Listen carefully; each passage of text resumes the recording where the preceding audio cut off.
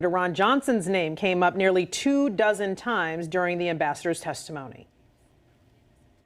I shared concerns of the potential quid pro quo regarding the security aid with Senator Ron Johnson, and I also shared my concerns with the Ukrainians. Moreover, given my concerns about the security aid, I have no reason to dispute that portion of Senator Johnson's recent letter in which he recalls conversations he and I had on August 30th.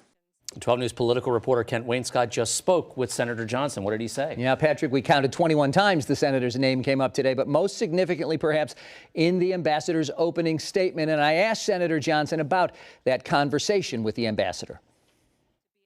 He shared concerns of the potential quid pro quo regarding the security aid with Senator Ron Johnson and also with the Ukrainians. What did you think when you heard that, and what did you do? First of all, I was doing other things, so I didn't hear his testimony, but you've told me that, so I'm assuming that's accurate.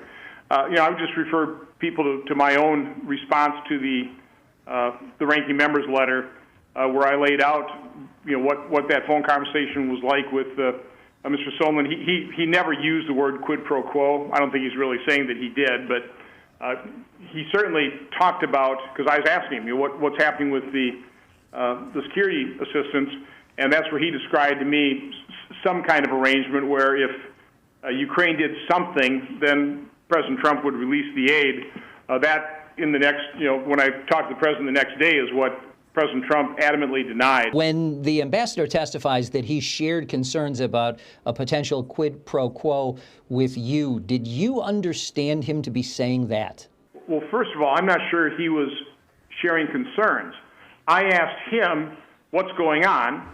Again, I don't know exactly how he termed it. I was kind of hoping his testimony would clarify a little bit more, but he was just telling me that there's something in the works.